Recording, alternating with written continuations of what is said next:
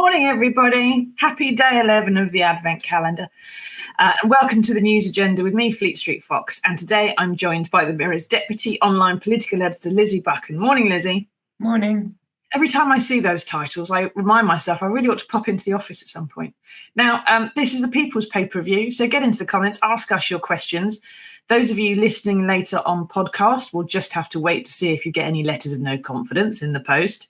So, what have we got for you today? Well, the Mirror has splashed on Labour's claim that Britain now has a lame duck Prime Minister and that Rishi Sunak is now unable to govern thanks to turmoil over the Rwanda deportation scheme. And of course, he's facing the COVID inquiry later on today as well, which will be a barrel of laughs. Now, more on that later. But first, I want to take us all the way back in the paper to page 19.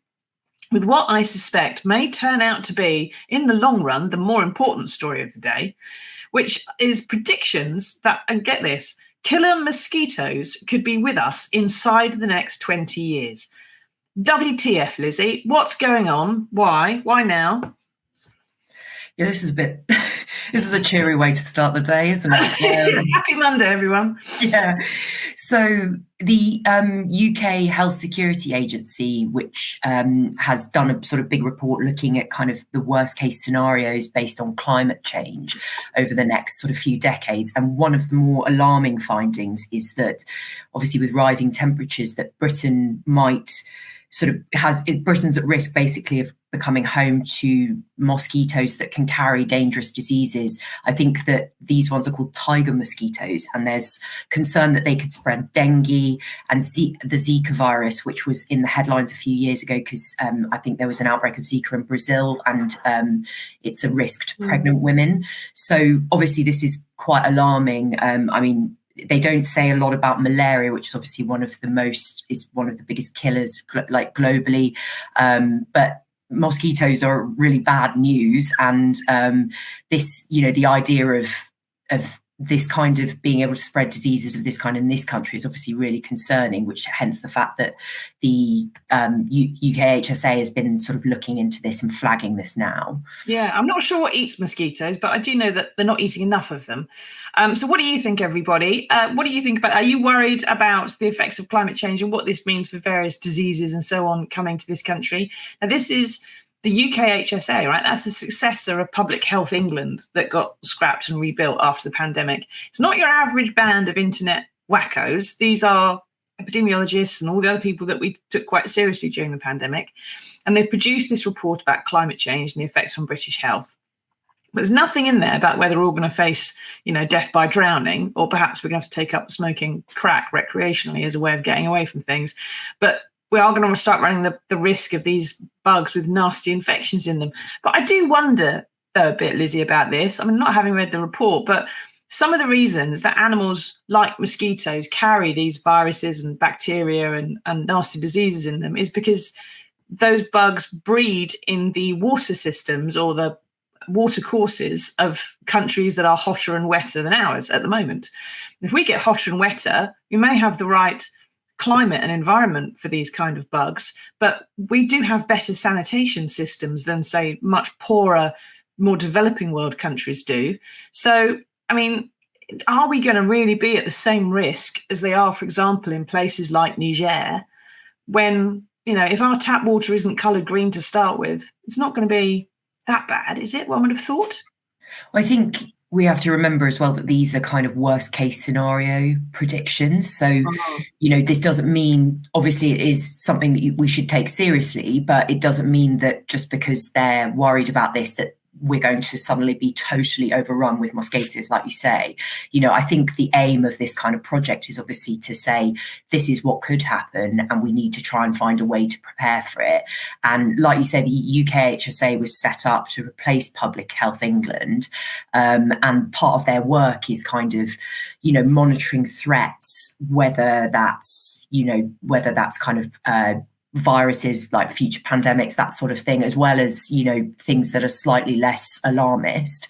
So I think you're right that, this is probably not going to happen in the way that it's being discussed here, but obviously they're raising that as a potential risk. And I don't know whether the kind of broader report sets out some kind of examples about what could be done. I think that what they're looking at here is, what can be done to kind of reduce the temperature rises, and obviously the broader picture around climate change, because obviously these are the worst case scenarios if we don't act further on reducing greenhouse gas emissions, and temperatures are allowed to rise by, I think it's something like 2.7 degrees. And so, that 2.7 degrees is kind of what they fear that the world is on track for by sort of over the next kind of 80 years. 2.7? It was 1.5 that we were going to burst through last time I read about it, but 2.7 sounds pretty drastic. I mean, I could think this is, if that's the effects of what we're looking at, although to hear about, worst case scenarios and it might not happen does sound a little bit like Boris Johnson at the COVID inquiry. But I think we probably put more risk at this latitude, maybe, of sort of, old viruses, prehistoric viruses in the permafrost in the Arctic, all thawing and coming to the surface where they haven't been for millions of years, and suddenly the whole planet has to deal with something it's never dealt with before, and more pandemics as well.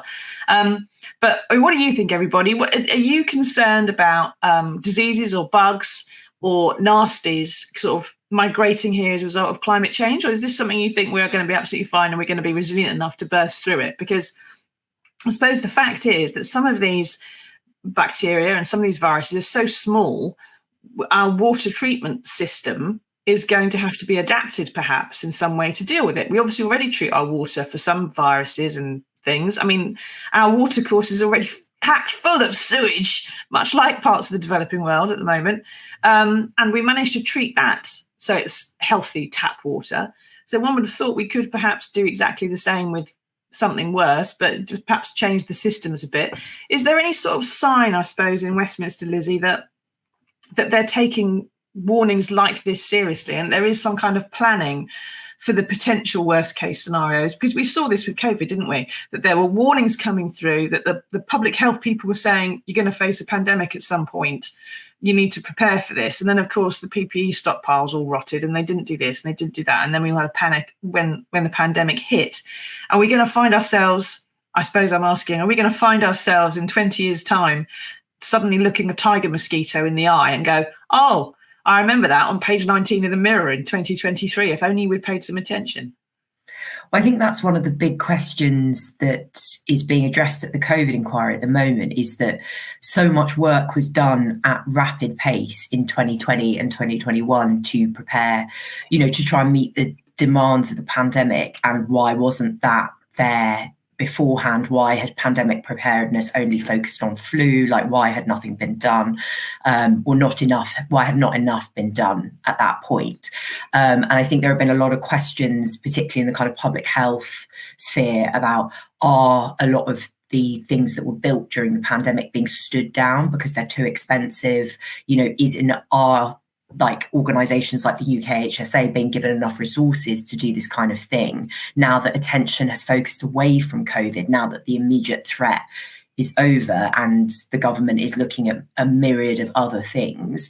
There are kind of long-standing issues that we need to kind of, the government needs to be aware of. And I think, I've not heard any kind of discussion about this sort of issue recently. That doesn't mean it's not going on kind of behind the scenes. I do think that officials at, the Department of Health and that sort of thing are looking, they are always trying to do this sort of work behind the scenes. But I think the politicians are not engaged on this because there are other priorities at the moment.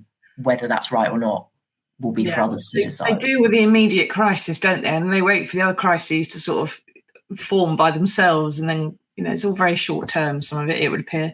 But maybe, like you say, there are people behind the scenes working on this. But it would be nice if anyone can get in to let me know what eats mosquitoes. I assume it's birds. But do let me know. And if there's, maybe tiger mosquitoes are going to be a massive boost to the blue tip population. Who knows? But I suspect if we get tiger mosquitoes, it's probably going to be the wrong weather for blue tits, and we won't have any blue tits left. We'll have to wait and see how it all pans out, of course. But just file that one, right? Just bookmark it and come back here in 20 years and see if we've got tiger mosquitoes.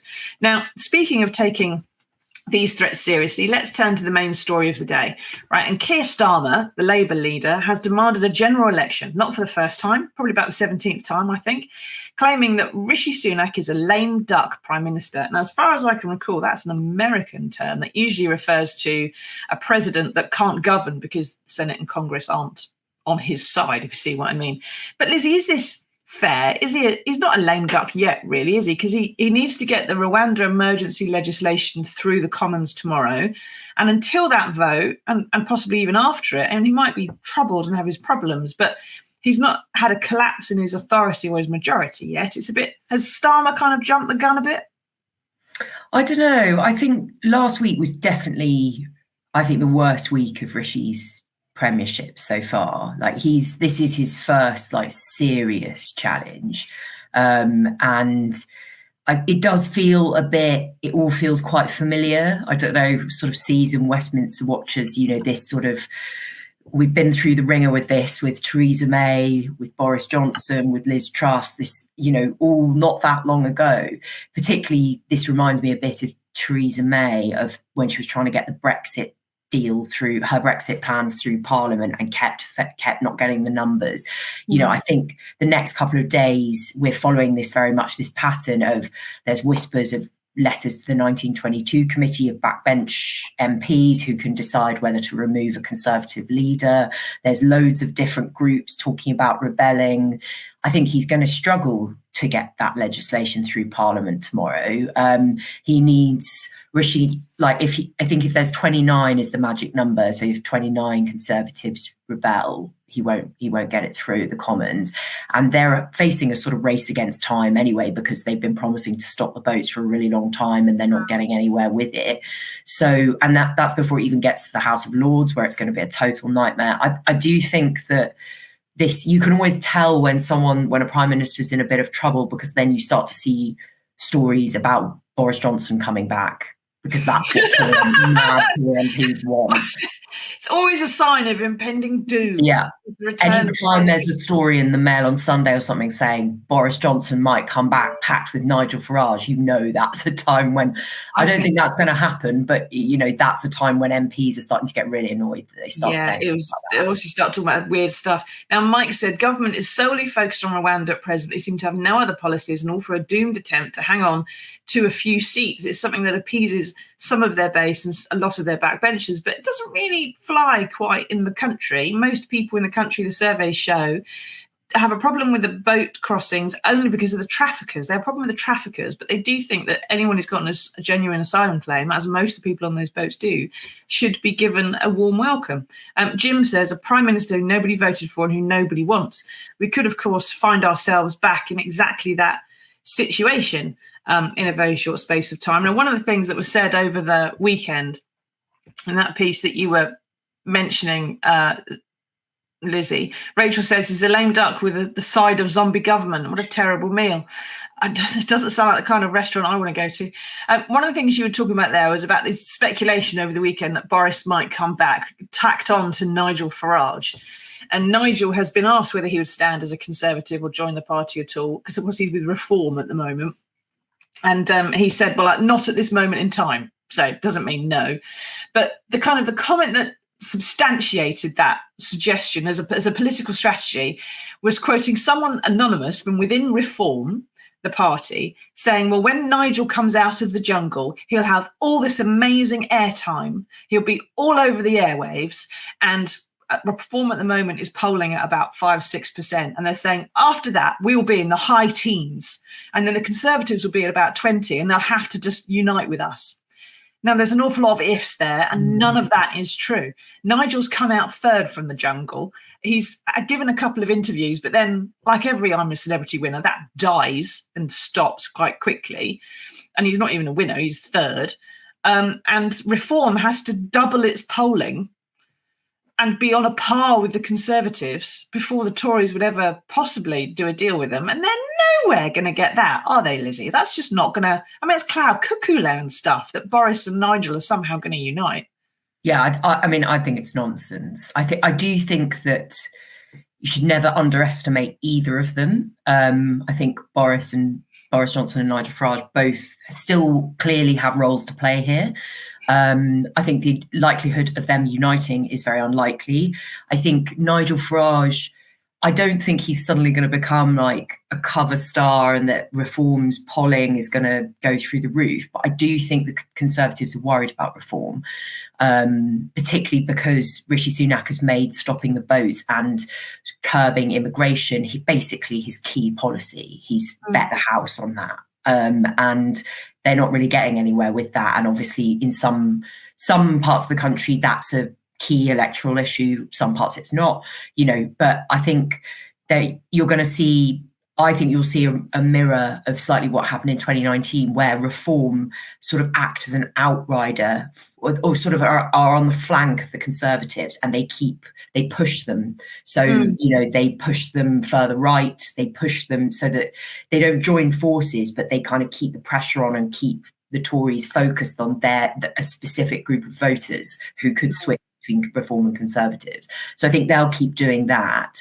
and that the Conservatives will worry about that a lot during the run up to the election. And you always have that chance that Reform might sort of make some kinds of pacts, or like they did before, where they didn't stand in a lot of seats that the Conservatives were hoping to win. So there's potential for that. But I think the likelihood of a kind of coalition between the Conservatives and Reform is very, very unlikely. Yeah, I think it's very unlikely they're ever going to be polling in the high teens, frankly. Leslie says Boris and Farage are reliant upon people being unable to remember for what they are responsible. Yes, exactly. And if you're in a Conservative Party and you think Boris Johnson is your solution, you need to remember that the reason he was ejected as Prime Minister was because they were doing so badly in the polls, they were going to lose with him as Prime Minister. That's why he got booted. That's why they got rid of him themselves. Exactly. It was them. It was the Conservatives. Yeah. But according to Nadine Dorries, it was a conspiracy of some sort of global Illuminati or whatever. But madness, the whole thing, they're having a fever dream. Mike says, will Mr. Tech Bro Rishi Sunak be grilled today? And how come he lost, in quote marks, all his messages covering the most vital time of the pandemic, when I've had 3 phones in the past 3 years and still have the WhatsApps from everyone I've ever had? We're going to get on to COVID a bit later, but yes, I suspect that he is going to be grilled quite hard on that. And it matters more when a sitting Prime Minister loses his communications than a former Prime Minister, shall we say. Now, very quickly, before we go on, just on Rwanda, now, the Prime Minister's got a majority of 56, I think it is, which means half of them, 29, as you said, Lizzie, need to switch to the other side for him to lose a vote. Now, you've got 110 MPs, or roughly, in the One Nation caucus, for whom Rwanda is just wrong and cruel and unkind. You've got 20 in the European Research Group, for whom it's not tough enough. You've got another 20 in the Common Sense Group, for whom immigrants should be hanged and flogged and thrown out. And you've got 100 in the government. And by my maths, that leaves about 100 MPs whose support could make or break the Prime Minister. It's that 100 where the whips are going to be trying to find out who's doing what. There's been talk of no confidence letters going in, as you said. Is that accurate? Do we know how many there are, or how many are actually needed to get rid of him? It's 58, isn't it, that need to go in for him? I think it's slightly less than that now. Sorry, I think it's because we've lost a couple of MPs. I reckon it's probably about 53 or 54 that need to go in. Yeah. But I mean, letter of no confidence is like famously, no one knows apart from Sir Graham Brady, who chairs the 1922 committee. So it's always slightly just a finger in the air. Like, some people will say they've submitted a letter when they haven't. People will write them and not send them. Some people will send them and never tell anyone that they've done it. It's almost impossible to know.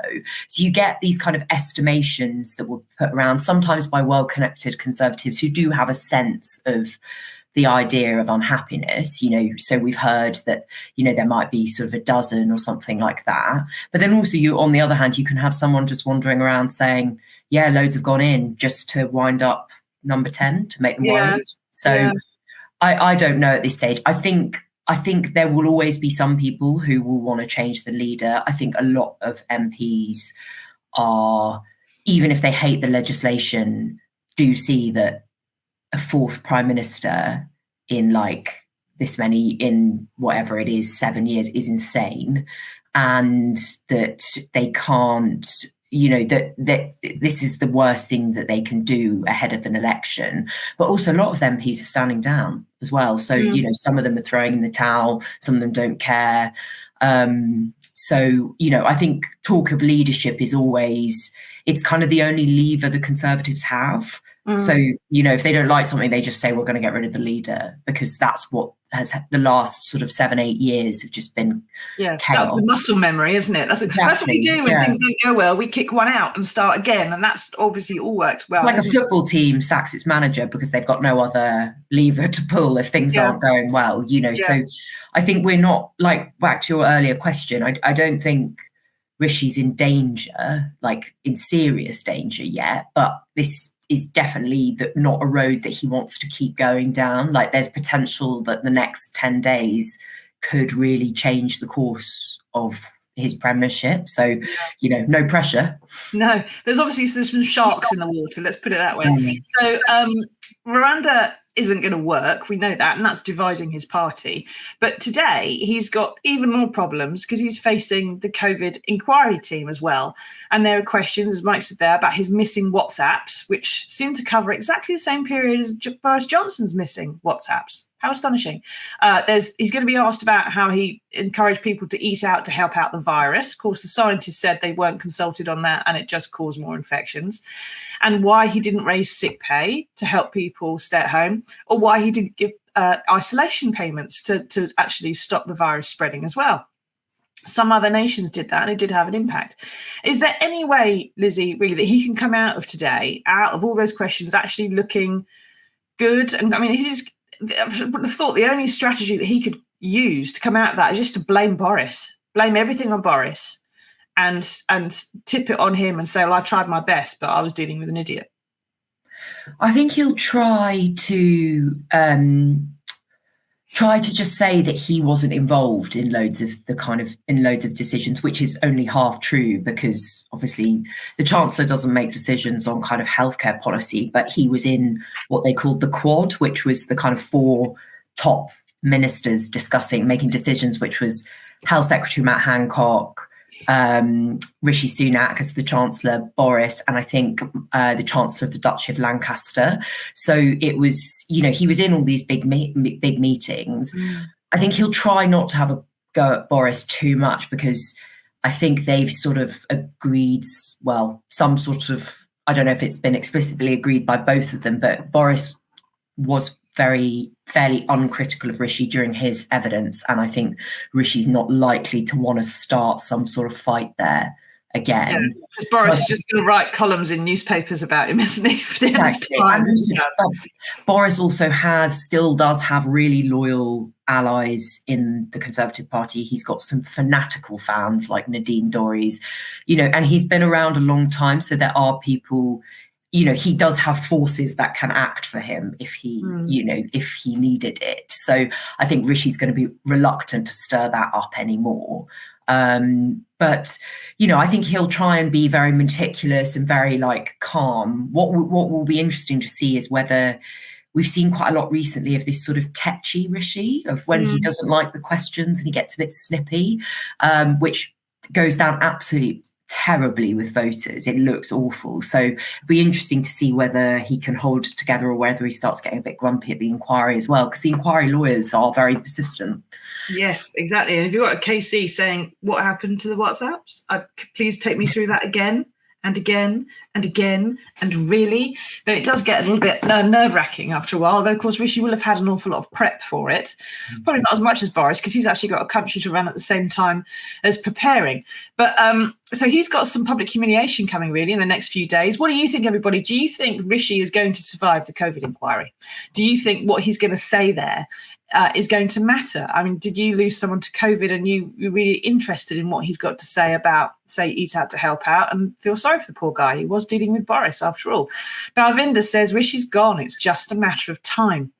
I don't know anybody who seems to be saying something positive about him. Is there anybody out there? Is there anybody out there who thinks Rishi is actually going to make it? Rishi's a good prime minister. He's doing a good job. Let's hear from you. There must be someone, in the interests of balance, And he's obviously doing a great job for Labour so far, just going up in the polls the longer that Rishi's in office. Keir doesn't need to do anything very much. So Rishi's got this public humiliation coming in the next couple of days on several fronts. There's COVID and the legislation, his party having lots of divisions and arguing publicly about it, as they tend to do. But the Commons goes on recess, I think it's Friday or Thursday. He can probably skate into New Year if he gets through this vote tomorrow. Do you think he's going to do that, Lizzie? Do you think he'll get through that vote? I don't know at this point. I think it doesn't look... I think there's all the ingredients are there for it to be a disaster. It depends on how the next couple of days go. Obviously, you've got all of these meetings today. There is also worth remembering that Conservative MPs can sometimes also talk a big game and then they either abstain or, they don't turn up or something like that. They bottle it at the last minute. So it depends how angry people are and who's organising behind the scenes and what people like Suella Braverman do, people who are influential in certain wings of the party. So, I don't know. I think there's a chance he gets it through. Might be narrow, but I suspect there will be some sort of rebellion. So we'll just have to wait and see. What would you say? 50-50, 60-40? Is anything in Rishi's favour? What is anything in his favour? Getting that vote through. Do you think it's 70-30, 80-20? What are we talking? I can't do numbers. I'm always wrong.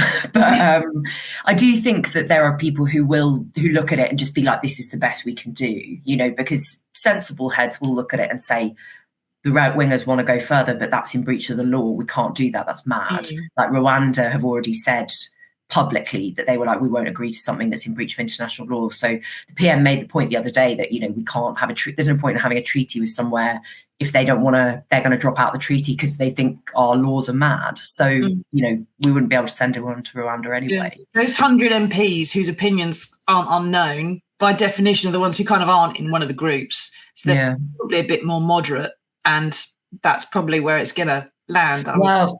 It depends. I mean, even if all of the European Research Group vote against it, he's basically lost anyway. So, if all of these fringe groups decide that they don't want it, it's done because Labour are going to vote against it. So, so we'll have to... Happy Christmas, Rishi.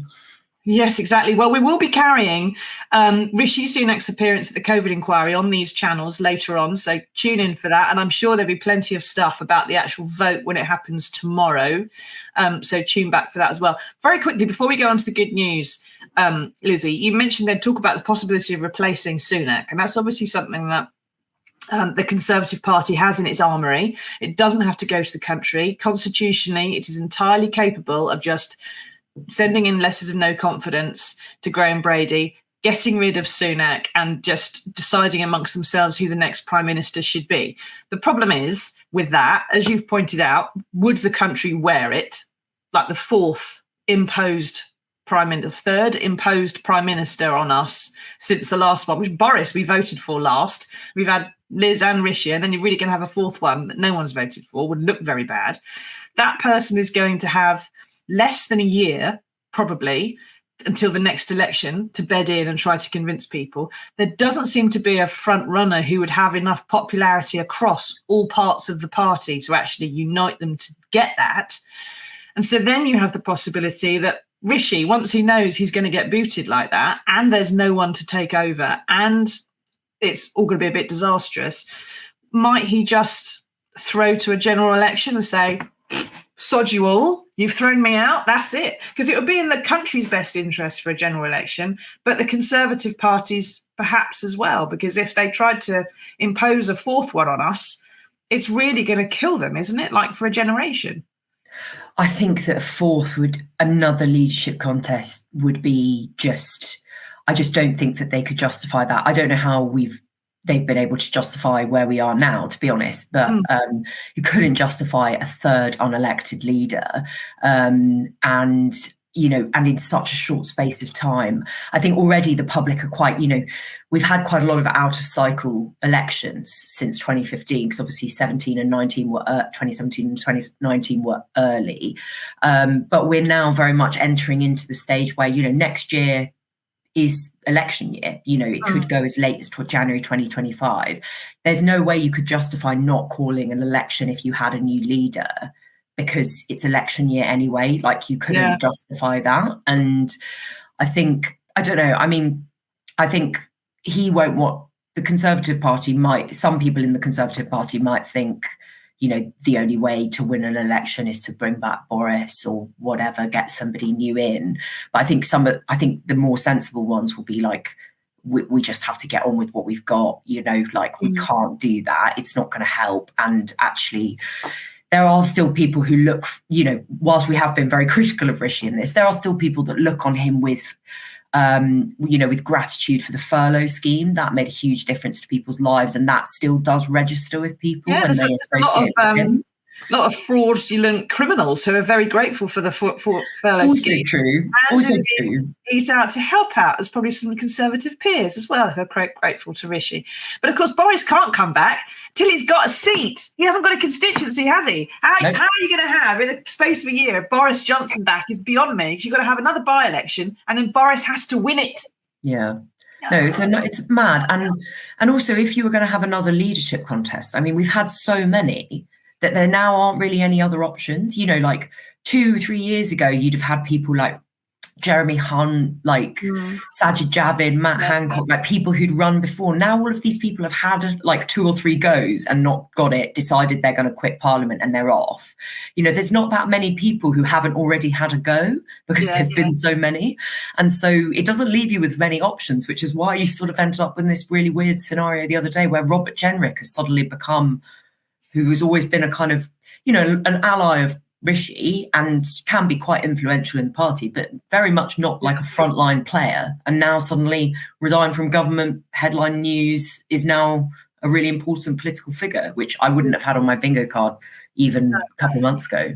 Robert Generic, he was always known as, wasn't he? And that pretty much sums him up, pretty much, I think. Well, we have to sort of... Things will obviously play out over the next few days. I don't have an awful lot of faith that Rishi's going to last as long as Easter, to be honest. I think you could bet your bottom dollar there'll be a general election by then. But we'll have to wait and see how everything goes, won't we? Thank you for taking us through all that, Lizzie. Now, we do have managed to find some good news in the world for you. And here it is.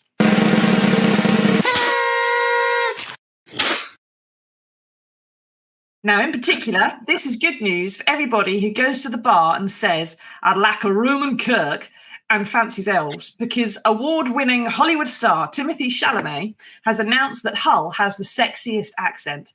Now, he's not my type, Lizzie, because he looks like he's escaped from Lord of the Rings casting session. But one Hull famous face, a TV writer called Lucy Beaumont, says he's warned him to stay away from the city, because otherwise he'll be savaged by middle-aged women all offering to buy him a drink.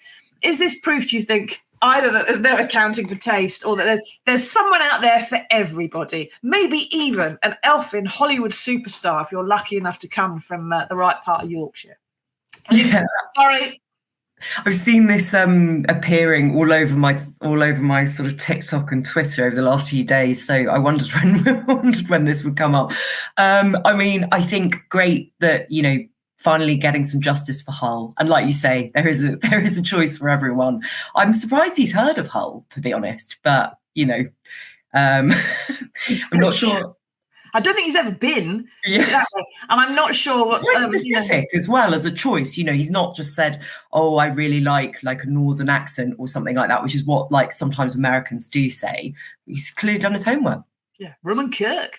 He wants properly as many. Only Hull I can speak, but I don't know quite if he's ever been. But seeing as Chalamet has sort of a reputation for red carpet, interesting fashion choices, and he's pictured there bare-chested in a pink velvet smoking jacket, it would appear, but with nothing underneath. I can't see that going down terribly well in Hull on a night out, and he's going to get chilly nips. So good luck, Timothy, if you ever get there, because you're going to be absolutely mobbed, mate.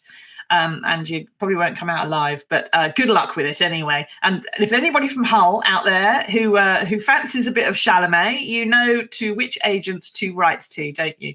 Send your knickers in the post. I'm sure he'll be interested. Right. Thank you for that, Lizzie. Thank you everyone for taking part. If you want to see Rishi Sunak's appearance at the COVID inquiry, he is on these channels later on. And there'll be some stuff as well about the Rwanda vote tomorrow. So keep an eye on that. We may have a different prime minister by Christmas or shortly after. Who knows? It's complete chaos. Thank goodness we don't have Ed Miliband in charge. Imagine how much worse that would be. Right. Thank you, everyone. We will see you all again on Wednesday for another edition of the News Agenda Explained. Till then, stay safe. Tatty bye.